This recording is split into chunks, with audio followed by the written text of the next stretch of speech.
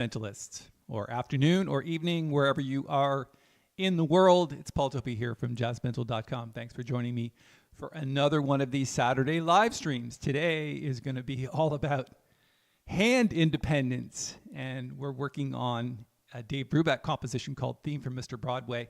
It's probably not the most popular thing that is chosen, mostly because it's fairly difficult to do. And we're going to be working on that. And I'll show you some secrets to hand independence that I think are going to be important, not just for that tune, but for all other tunes. Just before we get started, and I'll just give a quick shout out to those of you that are here in a moment. If you could let me know that you can hear me okay, that the vocal mic is fine, and I'll just play a couple of notes on the piano.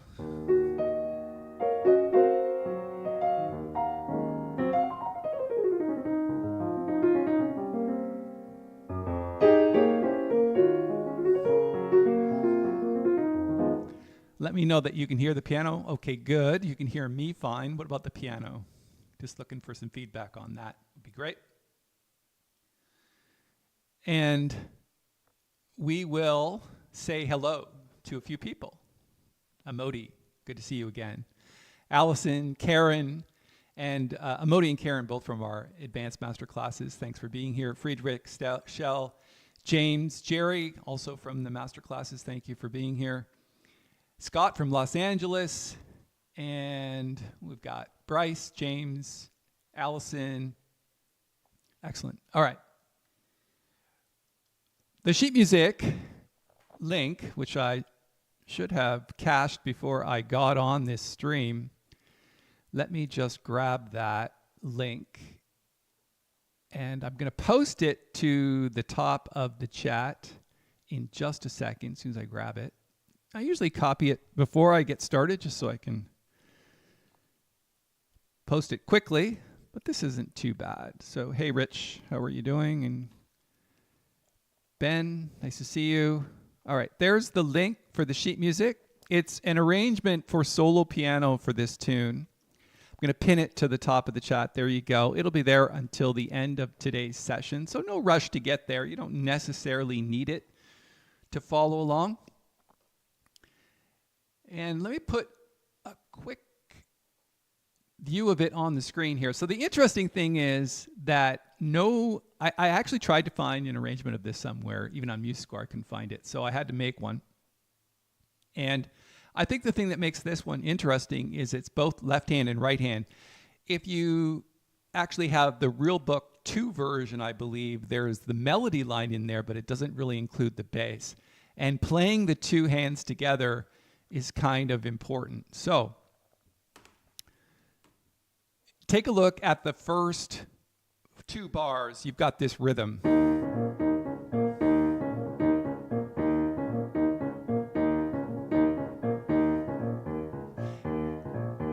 And we're going to talk about how to play that left hand in just a moment. And then it does this.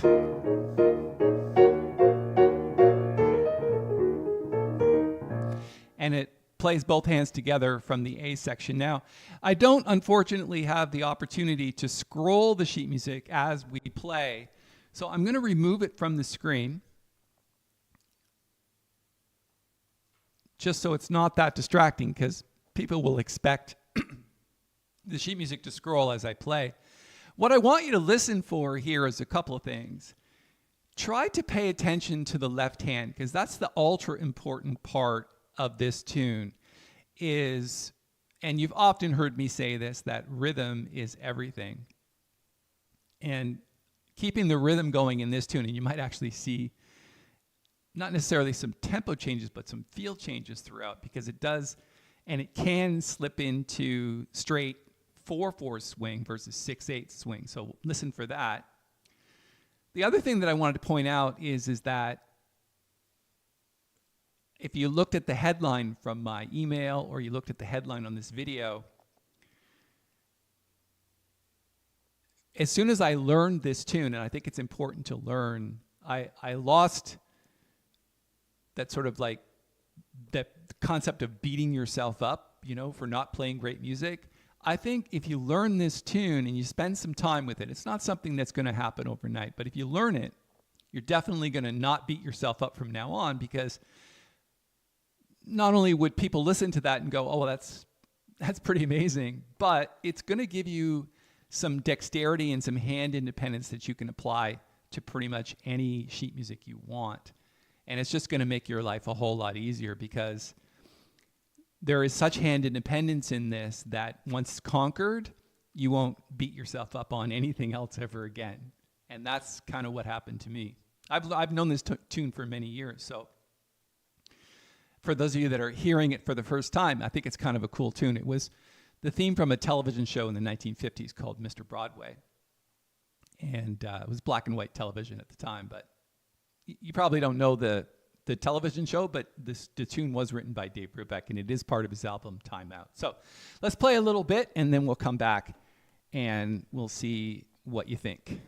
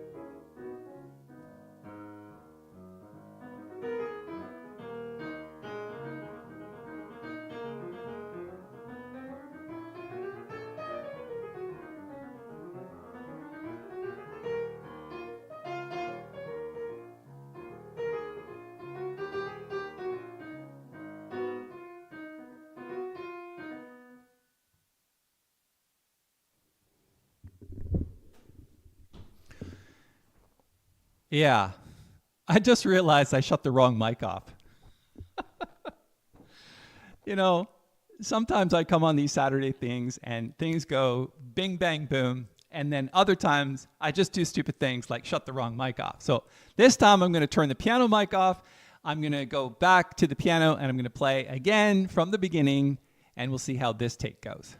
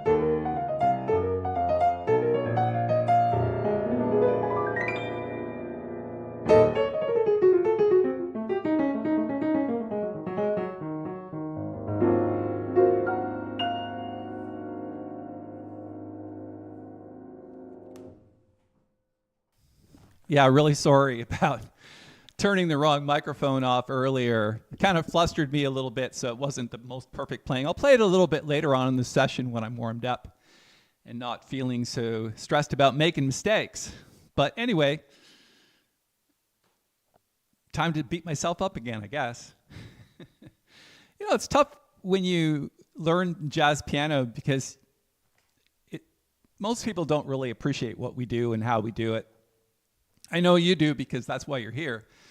But we do it because we love the music, and it kind of flows out of us at times. Other times it's a struggle. And that's those times when you make mistakes and those times when you're not really happy with your playing. It's kind of when you beat yourself up a lot. And I used to be a lot like that. I kind of lost that over the years through not just a lot of practice and just sort of getting things under my fingers, but just sort of changing the way I look at things. I think if you change the way you look at things, the things that you look at will start to change. So I changed the way I looked at the piano, and I changed the way I thought about it.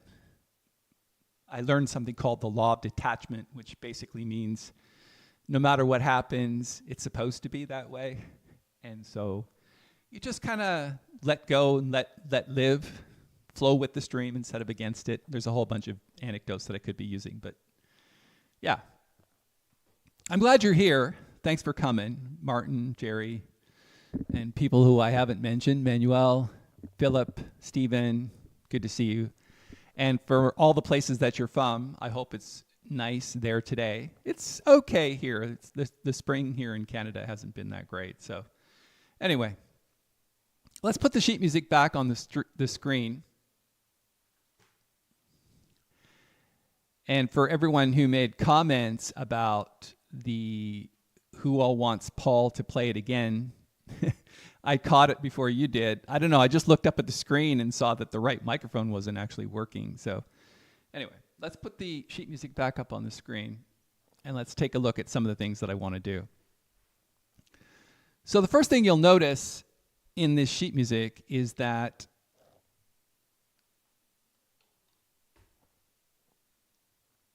it's in 3/4 time, or it's kind of like 6/8 feel. If you actually take a look at A section, the melody is like, there's 6/8 notes, right?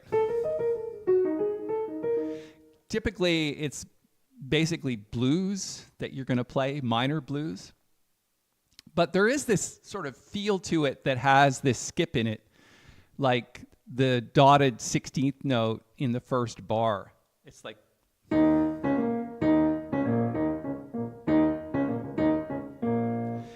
I think it's important for you to kind of just woodshed that.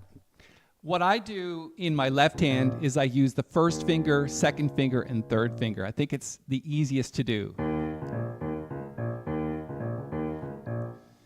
Just let me make sure that you can see my left hand. It might be zoomed in too far. No, you can see it, right?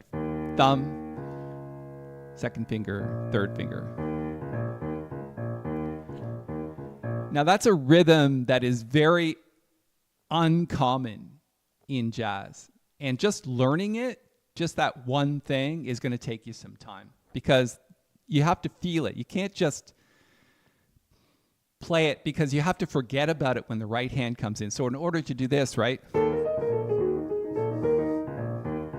because the right hand is playing just eighth notes where the left hand is doing this, so it's contrary motion too. Right hand goes up, left hand goes down.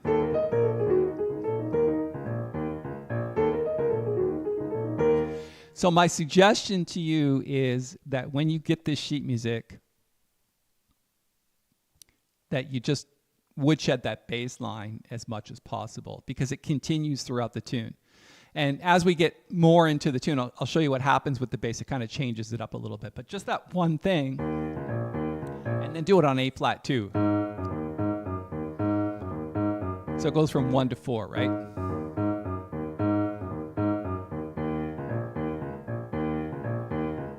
Okay. Again, it's uncommon to do that.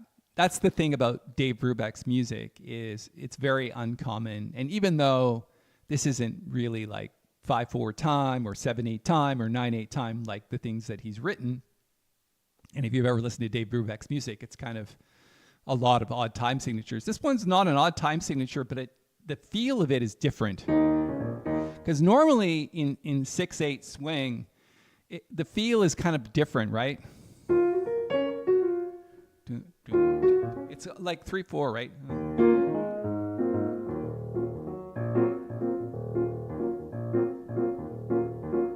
This is more driving.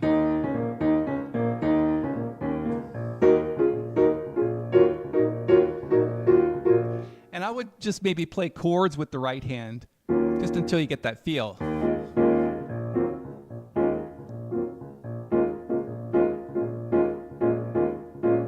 Okay? Just a question, what do you actually think of the tune? Because if you don't like the tune, then you don't have to learn it. But I want you to learn it because if you do, it's going to make everything else easy. It's just one of those charts you should woodshed until you get it down because it's going to help you for sure with your hand independence. All right. Let's take a look at the chords in bars 3 and 4. You've got this chord, and it's voiced in fourths. That's why it's got a cool sound, right? Interesting how it fits together, right? The right hand is playing like 1, 2, 3, 4, 1, 2, 3, 4 over a bar of 3, 4, right? It's definitely going to take you some time to make that go. You can play it a little slower, right?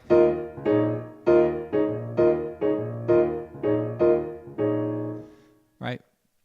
Just kind of get it underneath your fingers. So you've got 4s and then E flat minor to A flat 7.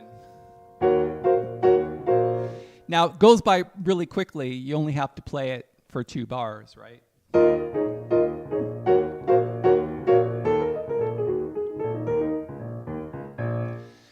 All right. That's the introduction. I'm going to scroll up the tune a little bit and just sort of take a look at the A section. Now, the thing that's going to make it a little easier, other than the fact that it has 6 flats, which is G flat major or E flat minor, is it is a blues scale. So if you look at E flat minor, and we'll talk about this a little bit later when we do soloing, but basically the melody is based on the E flat minor blues scale. Now that's not something that we usually play. We're usually in the key of F or B flat.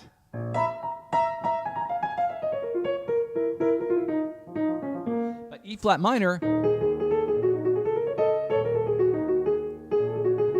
takes a little bit of practice because you've got mostly black notes except for one. So I like second finger, third finger, fourth finger, thumb underneath, second finger, third finger, fourth finger, like that. And then if you wanted to trill notes, it's like try first, second, and third finger with the fourth finger on that note. If you're playing the scale, it's 2, 3, 4, 1, 2, 3, 4. If you're doing like licks, it's 1, 2, 3, 4.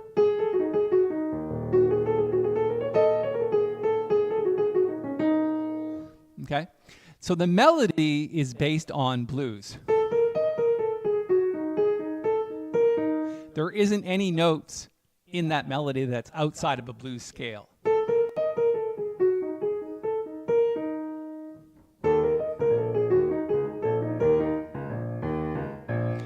I think the hardest part of this is this little sort of reply here. So you got the call, which is this,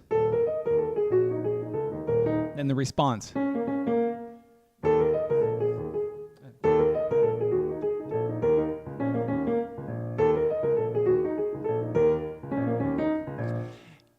It might sound easy, but when you try to put that together, this part, with that left-hand bass line, you're going to find it tricky. I guarantee you. It even took me, I remember when I first learned this tune, it took me like a while to kind of get that under my fingers, right?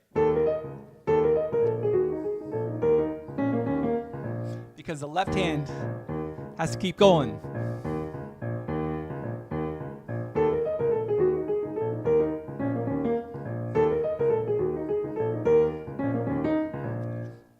Any questions about that and how to play that?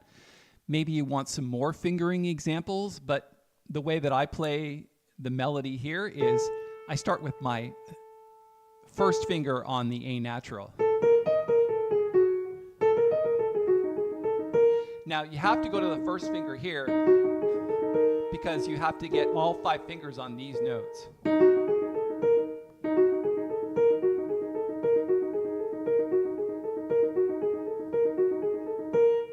One more time.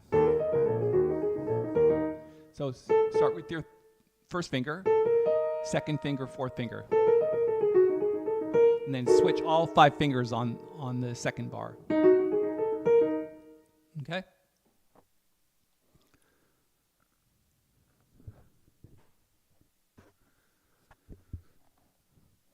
The song is groovy. The TV show was cheesy. Yes, I agree. I'm glad you like the tune. It's good. Jerry says it's very Brubeck, worth learning because it could help with tackling some of the other more complicated stuff. Yes, I agree. Okay, you like the tune and the challenge. Good. Well, at least you're with me on that one. One more time. I would just play that line as many times as you need to because as soon as you learn the first line, it's going to make all the other lines easy.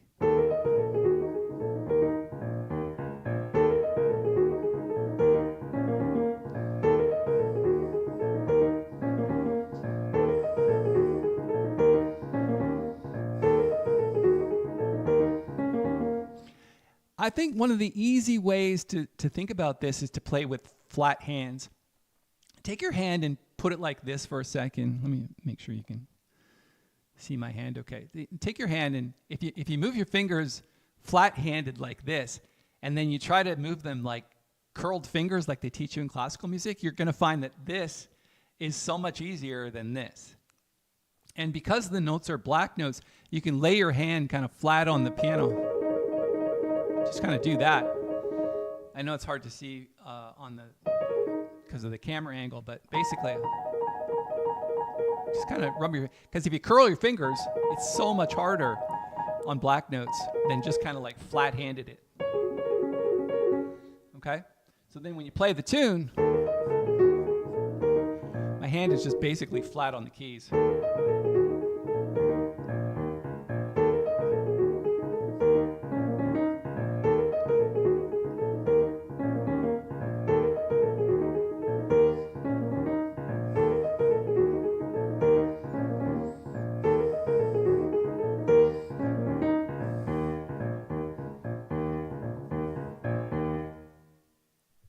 Yeah. You should have fun with that. Then it switches to A flat minor. So it's a blues, obviously. So 1, 4, back to 1. Goes to A flat minor here. Now that is a different hand position than this.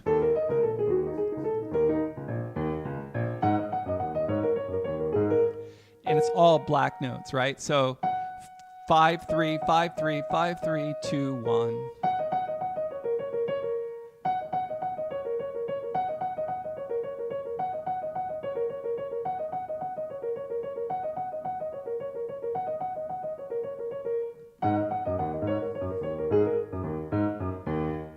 Really hard to catch that answer here. These 4 notes, just like before. Especially since it repeats, right? You can maybe do third finger, first finger on that note. Like that.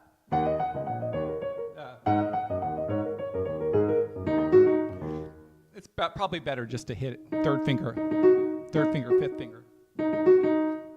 Or really could choose anything you want there. That 2 and 4 works well too.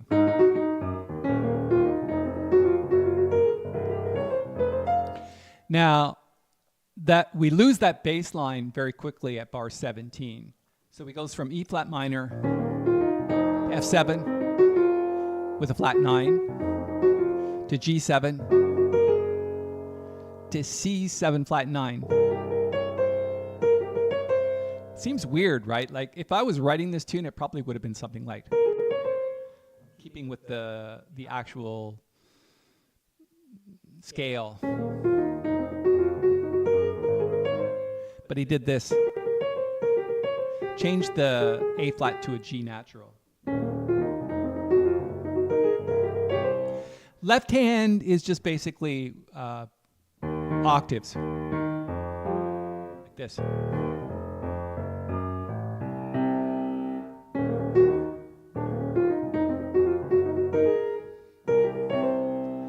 Now, when we get to C, and if you have any questions about that section, you can ask people. When we get to C section, it all kind of like unravels quickly because, and this is the beauty of this kind of music, is that it plays 4/3.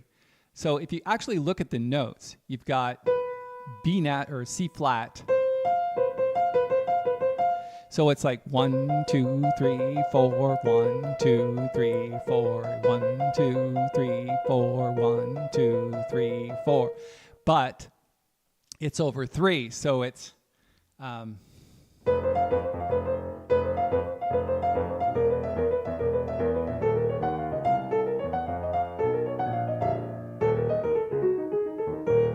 so you have to think about it still in 3, right?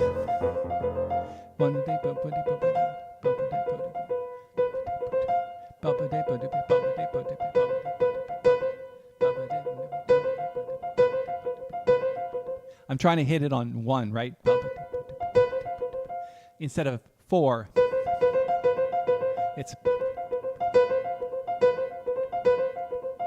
right. You have to kind of get that first note of the second bar, and I'm talking about this C flat right here. Got to catch that and accent that a bit.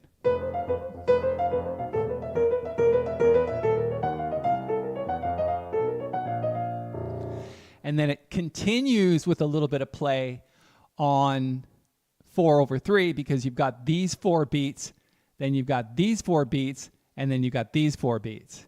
So it's like 3 bars of 4 over 4 bars of 3. And that's what makes it a really interesting sound.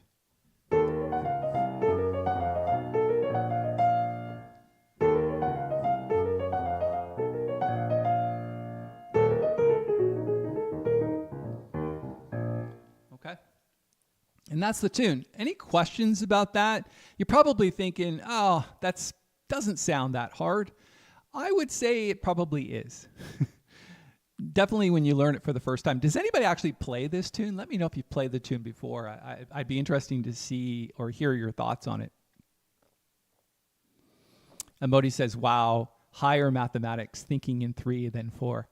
Yeah, and that's really what you have to do with this tune. You have to continue to think in 3, but 4 kind of runs over top of it, which is syncopation. The whole thing is about syncopation. Really appreciate the fingering technique advice, says Rich. I know you mentioned the flat hand technique before. Yes, I have. Yeah. All right, let's play it one more time really slowly. Go back to the top of the tune and we'll go through it section by section again. Let's do the introduction.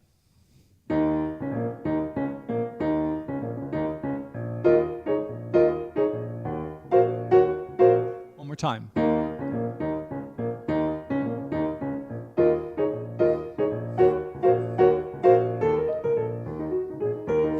Okay, we're tending to speed up a bit because the tune just naturally wants to go fast. Let's try to hold it back a bit now.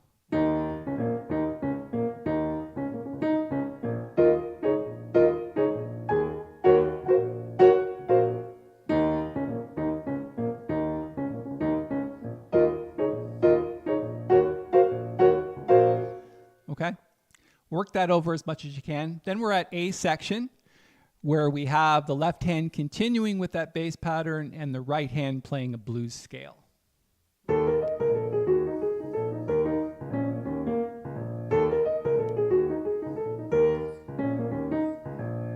One more time, blues scale.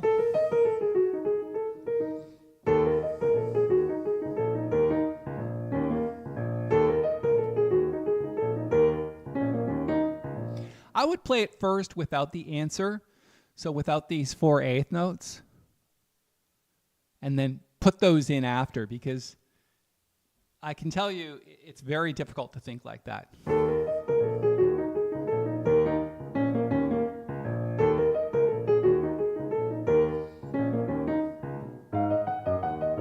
Let's move on to the B section.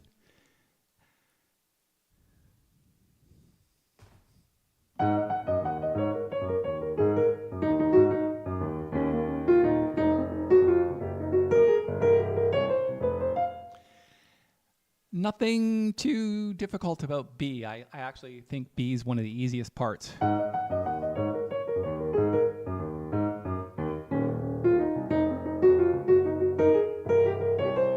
And then we have 4/3.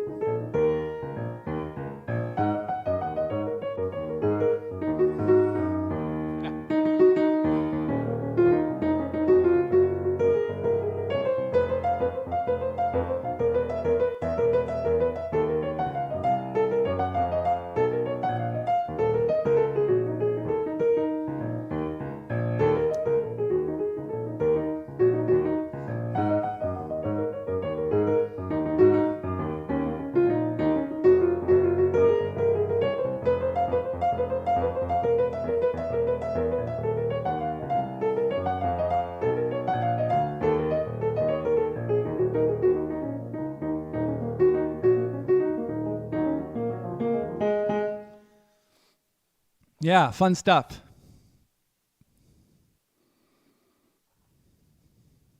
Jerry says, nope, never tried to play it, but I have it on an album. Yeah, I think it's on Time Out. Absolutely. So what I want to do is talk about soloing a little bit, because you saw I did a couple of things. First, I kept it in 3/4 time.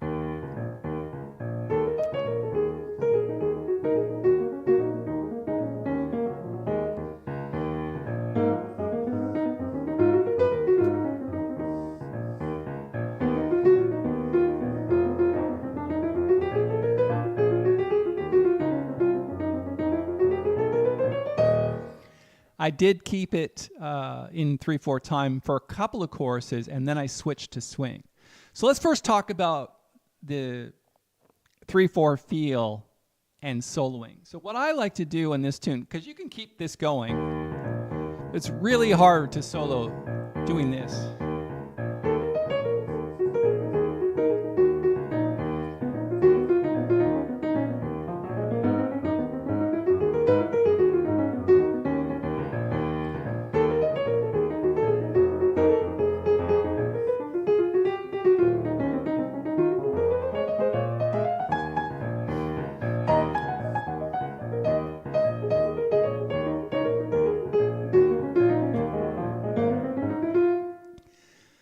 Yeah, hard, I think. Give it a go if you want to, but I think what would make the soloing a little easier is think about the left hand just doing this.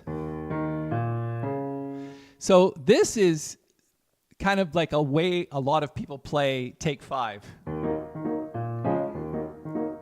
Even though it's not the right bass note. The right bass line for Take 5 is this. That's the right bass line. But a lot of people play it with 5 and flat 7. In this tune, I think it's a good idea to do that, except instead of 5/4, you're just in 3/4 time. So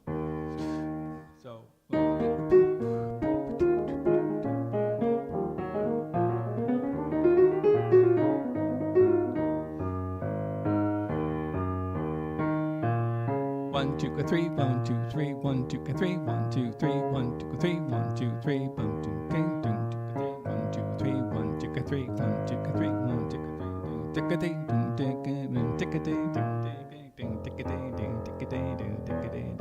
right, 1, 2, 3, 1, 2, 3.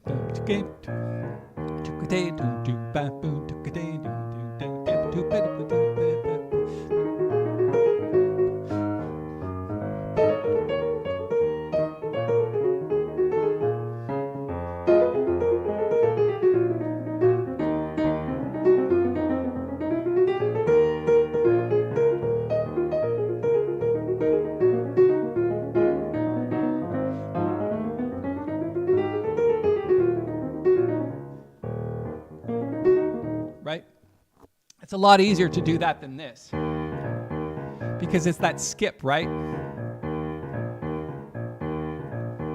Right? So just 1, 5, flat 7. So play the 2 octave first.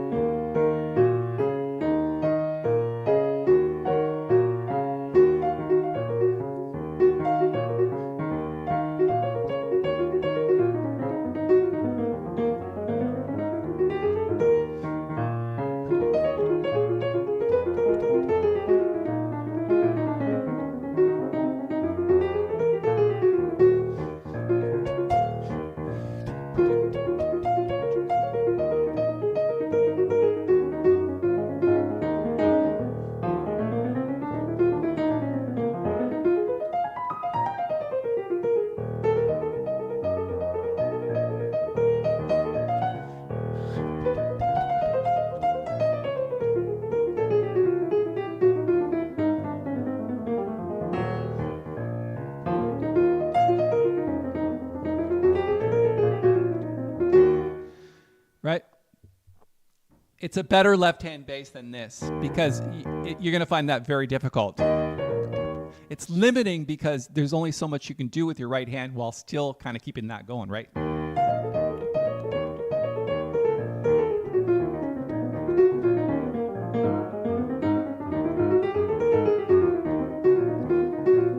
Right? It's very hard to do. So just make it easier on yourself. 1, 5, flat 7. 1, 1, 5, 7.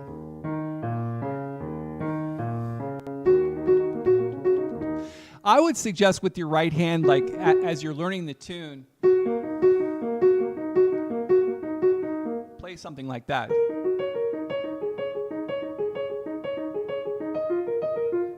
Right?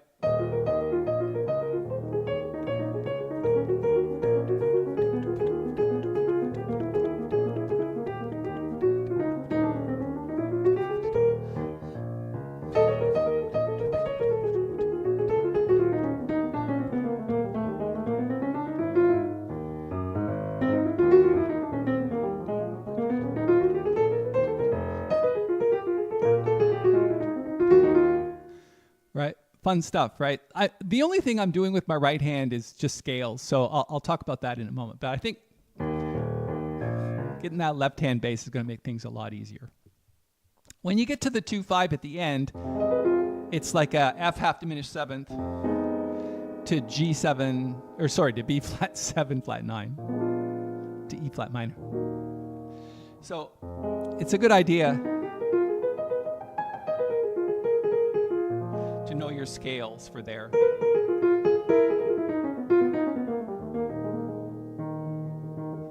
Okay. Not a lot of conversation today. I don't know if it's because everybody's like, oh my God, that's a lot of work. Or you can't wait to get to the piano and start woodshedding. I'm not sure which one it is. Which one is it? All right. Let's talk about the scales. Just like the melody, I think it's a good idea to just learn the E flat blues scale. Listen to the E flat blues scale just over that.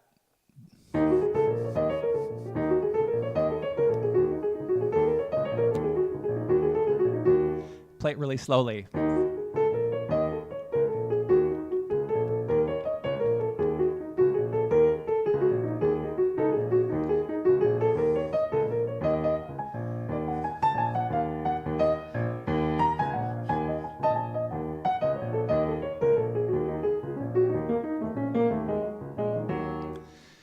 Just a lot of E flat blues scale.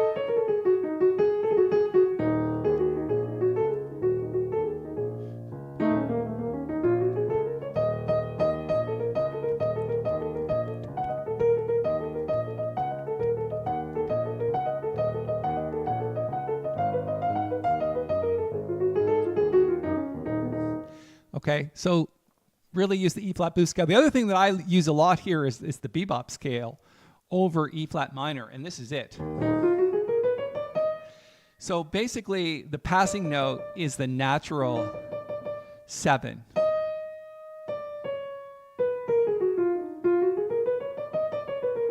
One more time. F, G flat, A flat, B natural, D flat, D natural, which is the passing note, to E flat.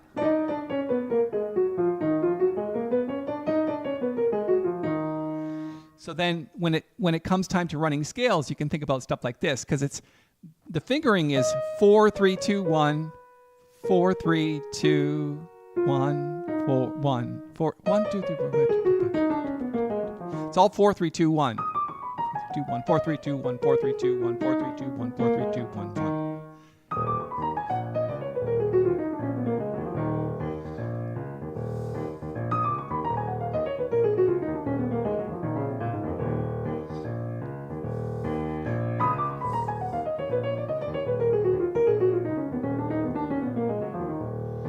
It just kind of makes things easier when you have that scale underneath your fingers. One more time.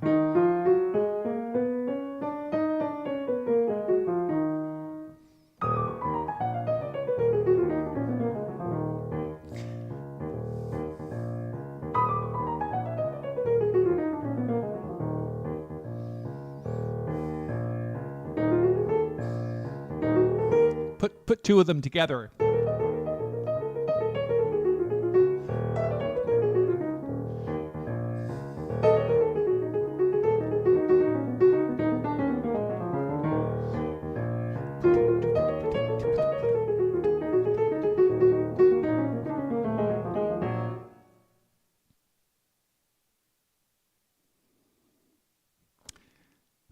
Francis says we have something called Yorubo that is accented in a similar way. I hope it will help me. I hope so too. I've never heard of that. So maybe you could elaborate a little bit on exactly what that is. I'd appreciate it. Jerry says, I think questions are usually about harmony and chord substitutions, but today the focus is on the tune's rhythm. Yeah, that's true. Yeah. I guess that maybe that's why there's not a lot of questions, because we're focused on rhythm, which in my view, you've heard me say this before, right? Rhythm, most important thing, especially swing, which I'm going to talk about right now, actually, because once we get into the tune and you understand that it's really just about blues scales and bebop scales and little patterns, right?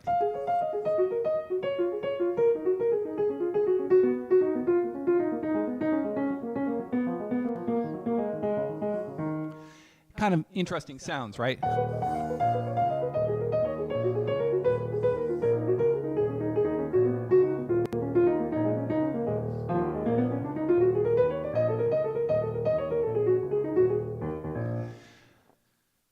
of patterns, scales, and blues scale. So I switched to swing. And the interesting thing about swing is it's exactly the same bass line, except the bass line swings. Instead of doing this,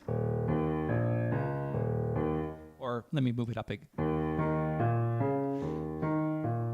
1, 2, 3, 4, 5, 1, 2, 3, 4, 5, 6, 1, 2, 3, 4, 5, 6, right? Instead of that, what it does is it swings it.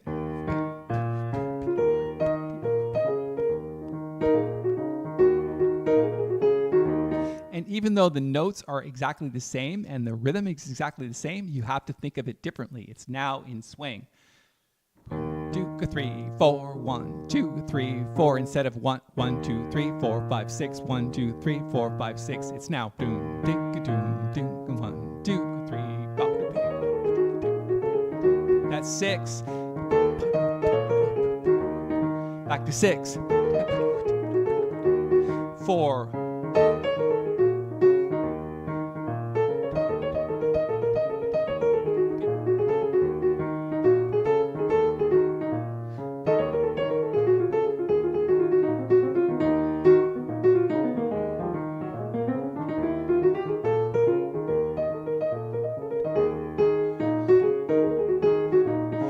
I know you've adopted some Hannon exercises, but is there some Hannon or Czerny-like exercises book that with all the various scales, blues beat? There isn't one. I'm going to write one day. I've always wanted to do that, just kind of rewrite Hannon for jazz. There is a video on Jazz Mental YouTube channel, which you're on right now. Don't go now, but if you go and search on the channel for Swing Hannon, there's an exercise to download, which is basically Hannon swing.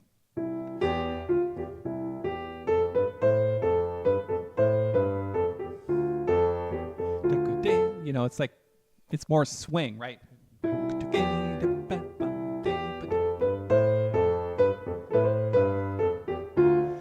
Right? And I use little rhythms like that. If you think about it, you can actually play. Let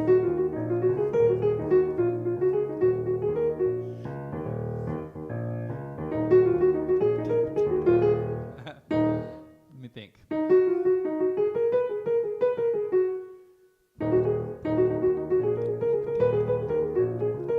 That's too hard. I'm not going to do that. But I am going to write it out one day and kind of make it into an exercise, which I think is kind of fun. Like make Hannon for swing. Good idea. I already thought of it, but I haven't done it yet. So go ahead. If you want to write it, I'll share it with my people. That'd be cool. Martin says, yeah, go ahead and write it. I will. Okay. So swing, like I said, is the same bass notes. It's just a little skipping, right? Skip from one back to one. First finger to fifth finger.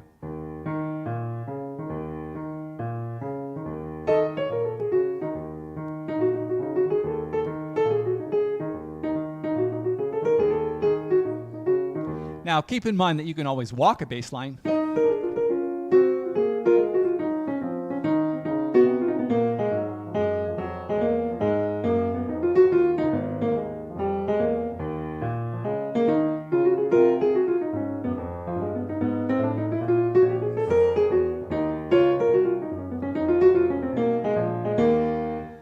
I think it's easier to play this.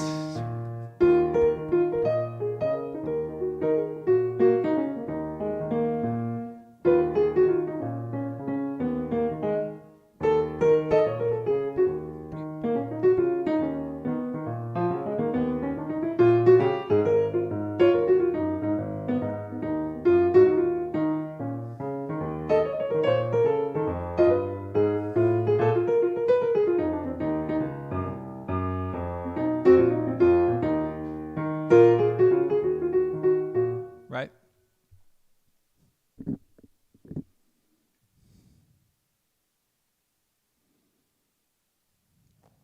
Rich, I watched you play this in another video. That's probably, I didn't do it in a live stream, but it was probably a long time ago. I watched you play this. You modulated from E flat minor to E minor, and it blew my mind at the time, but now it makes so much sense because of all the flats and all the weight keys. Right, so if you modulate, so let's play it in E flat to E minor.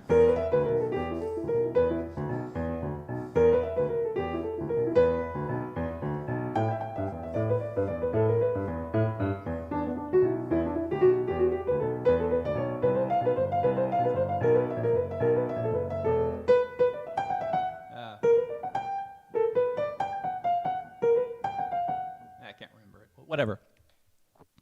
You get the idea, right? It's like, it's just blues.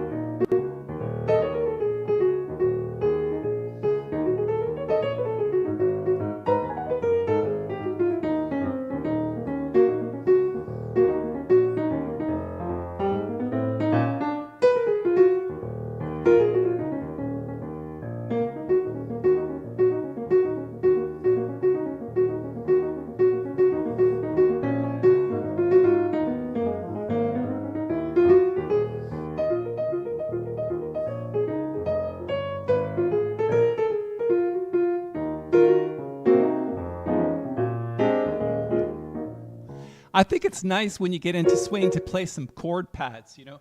It's a nice, like as if you were doing a soli with a big band, like shots, right? Like this.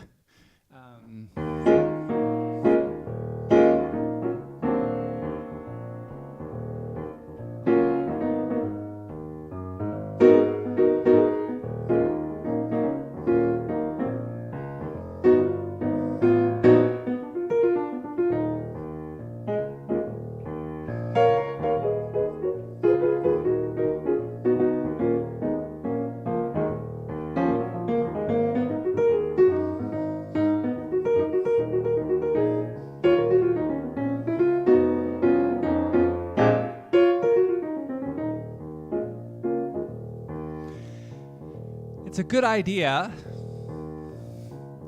to just play that bass line.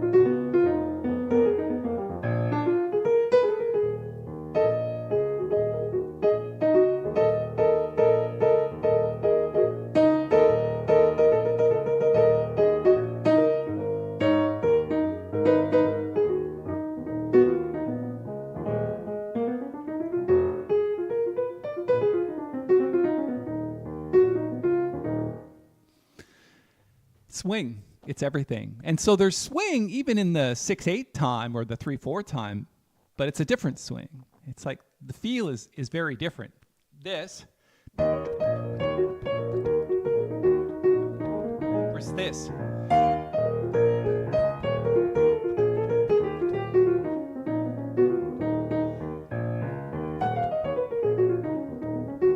It's more straight eights versus swing eights, right?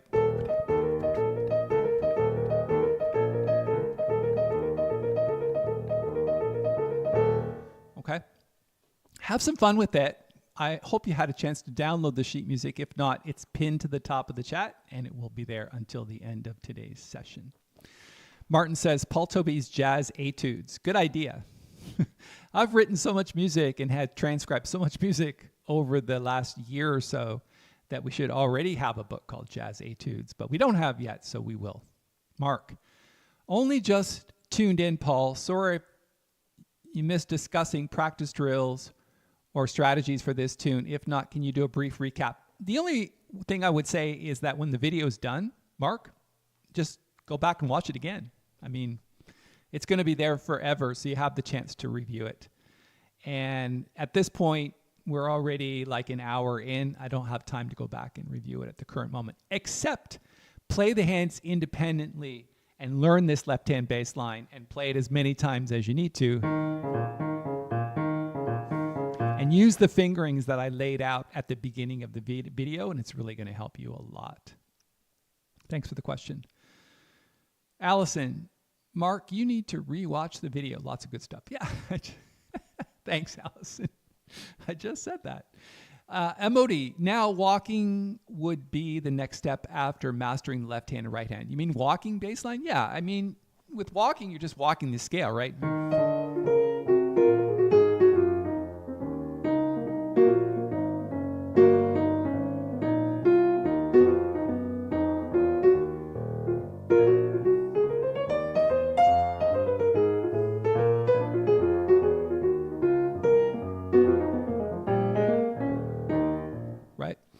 But I think it's nice not to walk this, because if you had a bass player, they're going to do that anyway. But I think as a solo piano player, it's just such a nice rhythm, right?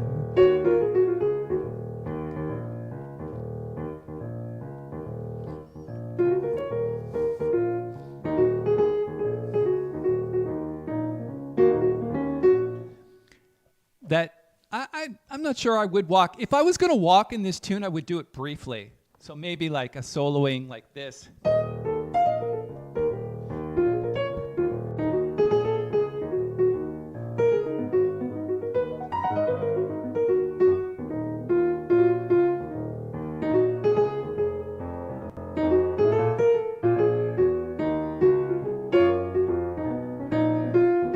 Right, just walk that last few bars.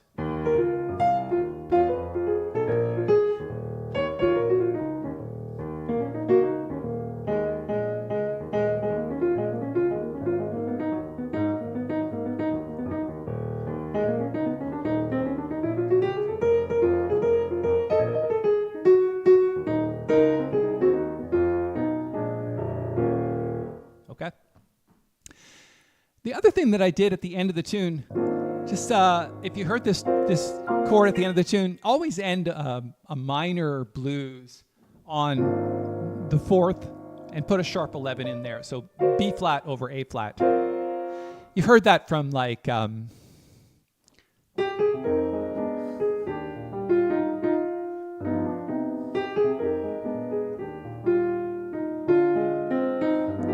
it's like Spider-Man, right?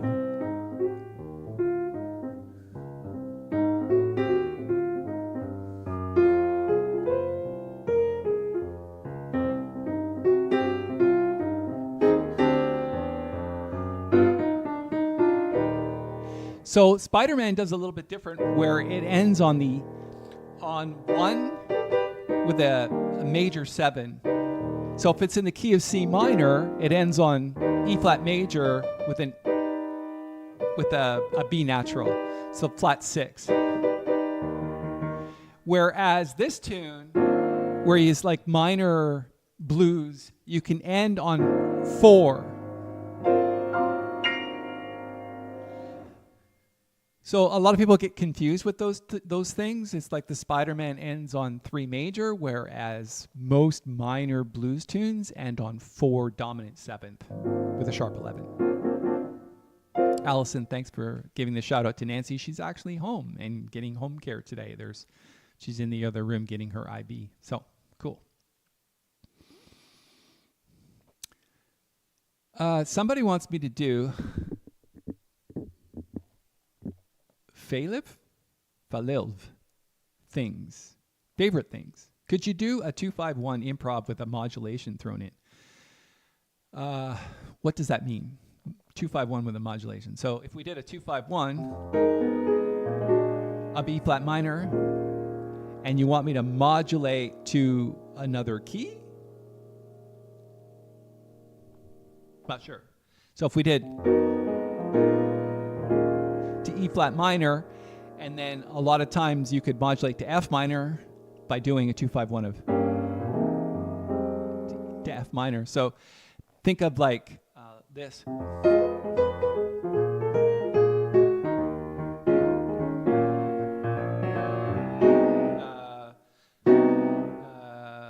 Sorry, B flat. So we're going from B flat sus to C sus.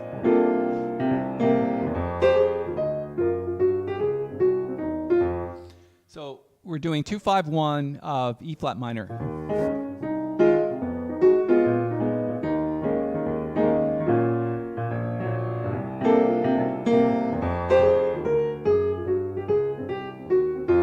So when you're modulating up like a whole tone, just use the sus chord. It'll move you from key to key. So again, like B flat sus.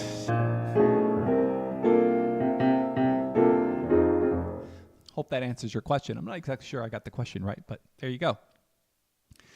Karen says, love to you, Nancy. I appreciate that. Ambient says, Nancy is home. Yes, she is. Very grateful for that. It was a tough week. She was in the hospital, I don't know. There was one hospitalization and then a 2-day break and then back in the hospital again. Probably 8 days out of the last 2 weeks. Yeah, it's been a lot and hard because the hospital's like half an hour from here. Well, 40 minutes. Okay, let's play a little bit more and then I'll come back and talk a little bit and take more questions. Think of some questions as I'm playing this and and I'll come back. We'll do a little bit more.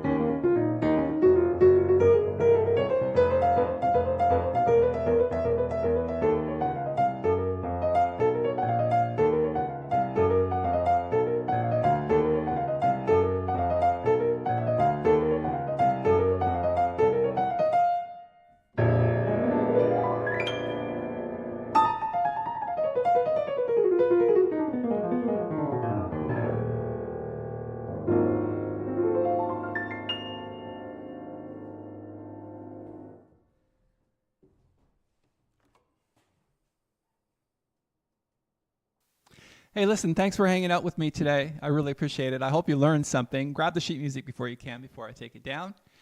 And I sent everybody a quick offer for another Dave Brubeck tune, which is a complete transcribed solo called Take 5. You'll see that in your email. Take advantage of it because the 50% off that sheet music will only be available. And it's, by the way, our most popular download on the jazzmental.com website. And it is in E flat minor, just like today's tune. So therefore, kind of like plays along right into there. I don't have a transcription of this tune ready yet, but I will someday. So you can grab Take 5 in the meantime at 50% off until midnight. Thanks so much for hanging out with me. For all those who gave a quick shout out to Nancy, I really appreciate it. It's been a tough time for us. And I keep doing these Saturday live streams because for me, it's a bit of a break from it. And it's nice to just kind of feel the energy of people and hear your thoughts and hear your prayers. So thanks so much for that. And this is Paul Tobey. I hope you had a good time. I did. And we'll see you next Saturday, same time, same place. Take care, everybody.